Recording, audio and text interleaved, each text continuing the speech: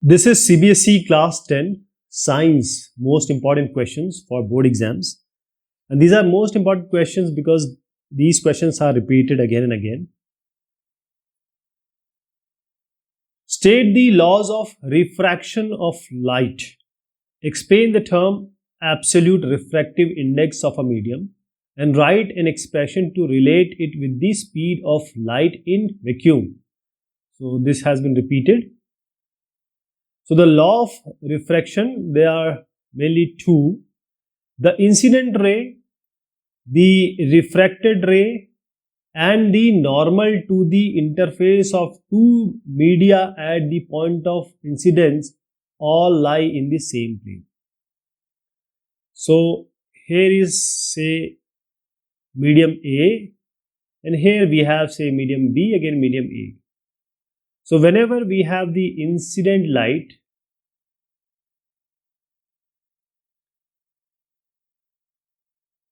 now this bends, it bends, and then it comes out like this. So the incident ray, this is the incident ray, and this is the refracted ray, and this is the normal. This normal to the interface of these two media A and B, and at the point of incidence, they all lie in the same plane. That is, there is no other plane where any of these will lie. The next one is, for the light of a given color and for a given pair of media, the ratio of the sine of angle of incidence, that is, you take sine I, this is I, sine of I to the sine of the angle of refraction, that is sine R. This is going to be some constant. And this constant, basically this is called as Snell's law. Snell's law, right? Mathematically we write like this. This is a constant and this is nothing but mu. And sometimes we write it as mu AB, sometimes we write it as mu AB, like this, from A to B, for example this one. So mu is the refractive index. This is a refractive index of B with respect to medium A. So the refractive index of medium with respect to this, we are coming to the second one. So the absolute indices of two media A and B are 2.0 and 1.5 respectively. If the speed of light in medium B is, calculate the speed of light. So I'll just come to this. There is a calculation, so let us do it here. And we have to calculate the speed of light in vacuum and medium A. So it is given that the absolute refractive, this indices of medium A is mu A2 and mu B is 1.5. And for medium B, as I suggested in the discussion just now, that this 1.5 mu B is C, that is speed of light, by this 2, right? 2 into 10 to the power 8. So this C comes to be speed of light in vacuum. Speed of light in vacuum is coming to be 3 into 10 to the power 8. And this is nothing but, see, what we are trying to suggest here is that this the speed of light in medium B is given, and this is 2 into 10 to the power 8. Okay, 2 into 10 to the power 8, this is given here. Let me write it here. 2 into 10 to the power 8 is given. So what this suggests is that speed of light in vacuum, that is speed of light in vacuum, by speed of light in any medium, say M I am writing, I am just taking my notations, and this is the refractive index, and this is 1.5 here. This is 1.5 here. Now when we take this 1.5, that is medium B, and we have to find out the speed of light in vacuum, and it is the speed of light in medium B is given. So the speed of light C, which is the light in vacuum or speed of light in vacuum, divided by the speed of light which is given in the question, and this equals 1.5, which is our refractive index. So just multiply them, you get C equals 3 into 10 to the power 8, which is true also. When coming to medium A, this is the question medium A, same thing we are going to do, that the speed of light, let us take some other notation. Speed of light, c, which we already found in vacuum, by divided by the speed of light in any medium. This equals to the refractive index of A, and this is given as 2 here, medium A. This is given 2, and this speed of light we found to be 3 into 10 to the power 8, and this V. So V can be found out using 3 into 10 to the power 8 by 2, and this is going to be 1.5 into 10 to the power 8. This is the required speed of light in medium A. What is speciation? Speciation. So this is also repeating. See, the speciation, and this word has come from species. The process of formation of one or more species from the existing species is nothing but speciation. And this occurs when the gene pool of a population is somehow reproductively isolated from other sister population of the parent species, and this gene flow no longer occurs between them. Then the population splits into independent species now, which become reproductively isolated from each other. And on the basis of the period taken in speciation, there are two types of mechanism of speciation. One is gradual, one is instantaneous. Gradual can always be divided into allopatric and sympatric. So this is a picture you can put in your answer sheet. Ancestor fringe, this is a natural selection. This has changed. Now it is insect eating. This is type of woodpecker type insect eating and seed eating type of generation. And this is what I was talking about: allopatric, peripatric, parapatric and sympatric. This is the original population, same. Then there was an initial step of speciation. There was a barrier formation. A new niche has entered, and a new niche this has entered, and genetic polymorphism. All these cases I am discussing. Then the evolution of reproductive isolation. This is in isolation. This is again in isolation, and this is adjacent niche within the population inside. And now the new distinct species, after some kind of equilibrium of new ranges, has come up. Why biodegradable and non-biodegradable wastes should be discarded in two separate dustbins? So what do we do generally? We have in our house a dustbin, and in this dustbin we put some polythene here, black polythene, and we dump anything or any scrap inside this, any waste, whether it be a food waste, whether it be a plastic waste, whether it be dry waste, everything comes inside, and then we keep it outside our house, or somebody takes it away. Now what happens is that it has everything. There are certain things which can be recycled, which can be reused, but the food waste, it spoils, and this can be used again in some way as a manure or some there are so many things it can be used. But when you just mix it, it becomes cumbersome, or it becomes virtually impossible to, because somebody is going to do that, impossible to separate them out, the dry waste from the wet waste. So the time and energy required in segregation may be saved if you do it by yourself, and waste may be disposed of quickly, and they may be reused, non-reused, recycled, like this kind of thing. So these are the dry waste and these are the wet waste.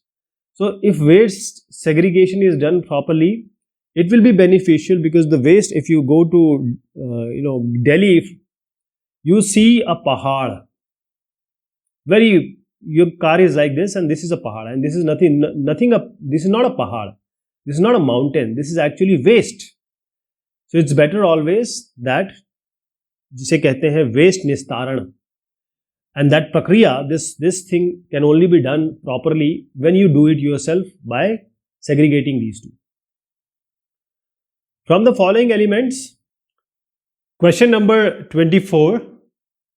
From the following elements, beryllium, F, K, Ca, select the element having one electron in the outermost shell. So among these given elements, this one has one electron in the outermost shell. The electronic configuration is like this. 19 it is. So 2, 8, 8, 1. 10, 8, 18 plus 1. This is 19, right? You can see here also there are two ways of answering this. This is the better way. Two elements of the same group.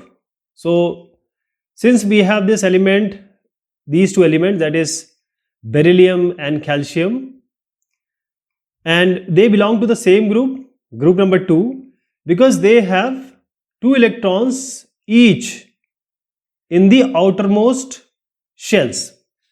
So electronic configuration of beryllium, as you can see, it is 2, 2, and electronic configuration of this Ca calcium is 2, 8, 8, 2. And 2 elements of the same group we talked about. Write the formula and mention the nature of the compound formed by the union of this K and X.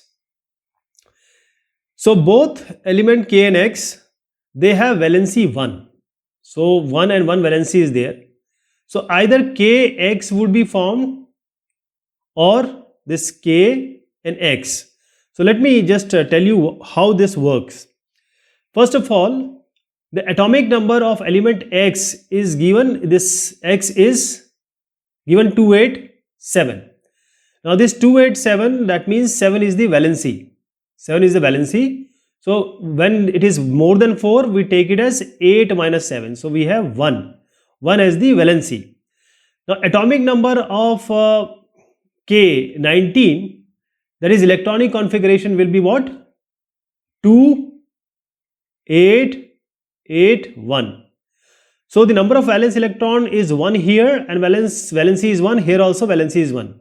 So the formula of the compound formed when this K and X combine is KX. KX. So there is an example also given here. So this KX is ionic in nature. This is electrovalent compound. Electrovalent compound. What is sustainable management? Why is reuse considered better in comparison to recycle? Sustainable management simply means that you manage the resources, which can be mineral, which can be anything, you can name whatever resources we have. May it be degradable, may it be non-biodegradable or biodegradable, whichever you take. Now these resources have to be used right now in a sustainable manner, in a judicious manner, in a limited manner, so that our offsprings, our coming generation would have an approach to them, or would have those resources not being depleted. They are also able to use it. So sustainable management, it is a pattern of management that promises the use of natural resources in such a way that they meet the human needs not only in the present, this is very important, not only today, but tomorrow, thereafter, for long years, but also in future. And when we talk about reuse and recycling, reuse is better than recycling a material. Why? Because recycling is actually you are making a new product out of some raw material, which is your some material. So you have used something, say X thing you have used, now you are trying to make it reusable. So you are putting all this processing, that is you are putting energy, effort, money, etc. But reuse is you already have this X thing, use it in the way it is. That is, it preserves the embodied energy originally used in manufacturing and the money also involved in an item or a product. So reuse also create less air and water pollution than recycling, because once you start processing it, there will be some pollution involved that is there. List any 4 reasons for vegetative propagation being practiced in the growth of some type of plants. Now this question is repeated again and again, that is why we are discussing it again. So 4 reasons why vegetative propagation is practiced in the growth of some type of plant is, first of all, Some plant, they do not produce seeds. For example, a woman cannot produce a child. She cannot conceive. So she can go for IVF. She can go for say surrogacy. So there are some certain method if a woman cannot produce. So same with the plants. Plants are also living beings. So plants who do not produce seed, the best way is to do some IVF kind of thing, which is vegetative propagation. It is cheaper, easier, and a very fast, rapid method. And we want to maintain the character and traits of certain plants. And the plants produced by this method are genetically similar. And it is used in methods. We have certain methods like layering and grafting to grow many plants like the sugarcane, roses, or grapes for agriculture purposes also, and for commercial purposes also. I'll show you the diagram also. So this is how we have the parent, and this grows up like this. This root develops. This is a new formation of plant, and what we are suggesting here is the plant reproduction, vegetative propagation. So we try to do certain, this is not the one way. There are certain way. You can just cut it and put it in the soil to grow, or there are other method also to combine them, or to use thread, etc. So this is always a good method, and I gave you an example why we do this. What does HIV stands for is AIDS and infectious disease. List any 4 modes of spreading AIDS. So HIV stands for, this is a virus.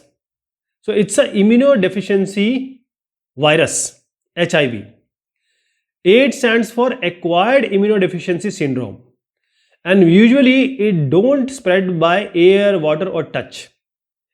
What are the ways? And AIDS is not an infectious disease. That is, it's not that communicable. If you sneeze, or if you talk, or if you touch, it doesn't go like that. But there are certain ways it can spread. First is the unprotected sex intercourse with infected partner. If you have a partner who is infected, you are going to get AIDS for sure. Then this sex, as I said, it can be vaginal, it can be anal, or it can be oral, all type of sex with person which is already HIV positive. Then comes mother to baby by the birth or offering the milk, that is feeding milk, and the blood transmission or blood injection drug use. So if an infected blood is used to a person who is uninfected, he may get the infection because of the infected HIV positive blood. And if you are doing drugs, you exchange a needle, then you are likely going to get HIV. So just refrain and restrict yourself from all these activities so that you don't get this HIV. HIV is a very, very dangerous disease. Your immune system collapses and you die, and this death is dreadful. Write the molecular formula of first 2 members of homologous series having functional group Cl. Now this is CH3Cl and C2H5Cl molecular formula of first 2 members of homologous series having functional group Cl. Now this question is also asked having functional group CO. So this is also a solution I have provided so that you can answer in this way also. This is CH3 and CO and OH3. CH3, CO and CH2, CH3. This is for Cl, this is for O.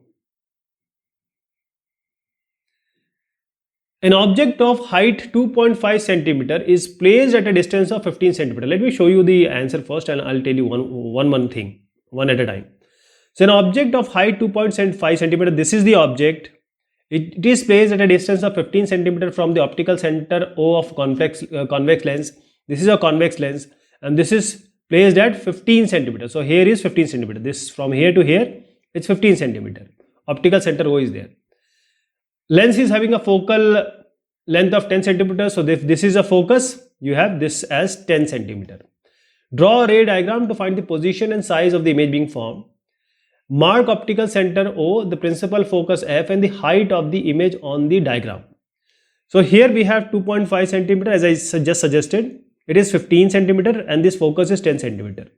Now when this image is formed, this is the optical center and this image is formed like this, it's 5 centimeter, and this is the optical, from optical center all ray go directly, and from here it will bend going from F, all goes from to F, and when they combine it forms image of 5 centimeter, and this is at a distance of 30 centimeter. The size of the image formed is 5 centimeter beyond the 2F. Okay. An object of 4 centimeter. Now these questions are almost similar, so let me just go by that. So an object of height 4 centimeter, this is 4 centimeter object, is placed at a distance of 30 centimeter. So this is 30 centimeter. Now I am talking about this. So here we have from here to here the distance is being shown. From here to here it is 4 centimeter. Now this is 30 centimeter from the optical center O of a convex lens of focal length. This is 20. So we have to draw a ray diagram to find the position and size of the image being formed. Now I would go back and try to show you that how this has come, how this 30 centimeter has come, and I want you to do this because I am going to explain the same question, exactly same question here. So I am going to use this formula and I want you to use this formula to find in the previous question. So here, draw a ray diagram. This is what the position and size of the image being formed. We have to mark this O and F also. Also find the approximate ratio of the size of the image to the size of the object. So this has come time and again. So let me take you to the diagram again. This is your convex lens. This height is 4 centimeter. This is the object. It is 30 centimeter from here. The F is given as 20 centimeter. Now how did we get this 60 centimeter, as we got 30 centimeter in the earlier question? And how did we come to this 8 centimeter? So we'll use the formula. See, U is here, so you take is minus 30 by the sign convention. The F is always taken positive, so F is 20 here for the convex lens. So we'll use 1 by F equals 1 by V minus 1 by U. Here we find V as 60. So this V is 60 here. What about the magnification? We know that M is the magnification formula is M equals V by U. That is the height of the image by height of the object. Now this V by U we know. This is 60, this is minus 30. 60 by minus 30, height of image we don't know. But we know the height of object is 4 centimeter. Here height of the image will be minus 8 centimeter. Now we need to see the negative sign also. The negative sign shows that the image formed is inverted and it is real. And the ratio of the size of the image to the size of the object, that is, this has 8, this has 4, 8 by 4 is 2. Now I would encourage you to do the same for this one, right? Same formula you are going to, because this is OR. Either that will come or this will come. So you have to use this formula and try to solve that also. Draw a ray diagram to show the formation of image of an object placed between infinity and the optical center of a concave lens. A concave lens of, so first let us take the first part first. Then we'll go to the B1. So we have to draw a ray diagram to show the formation of an image placed between infinity and the optical center of the concave lens. So this is a concave lens. Let me show you here. So this is the formation of the image. This is the formation of the image of an object which is placed between infinity and the optical center. Optical center and infinity, here is an object. This is the optical center of a concave lens. So the image will be obtained in between the optical center and focus. This is focus, this is optical center. Here it will be formed. And the nature of the image form will be virtual, erect and smaller inside. That is diminished in the size. So how does it go? See, there is always a line through optical center which goes directly, and there is a line here which bends, and this bending is we assume it to be coming from the focus F. So when this line and this line intersect, this is the image being formed. Now let us come to the second part. A concave lens of focal length 15 cm forms an image of 10 cm from the lens. We have to calculate the distance of the object from the lens, the magnification of the image formed, and the nature of the image being formed. So you always have a formula. We have to use the conventions also, sign conventions also. So this is focal length of concave lens f minus 15 centimeter. Image distance is minus 10 centimeter. We use this formula 1 by f, 1 by v minus 1 by u. Here we get u as minus 30 centimeter.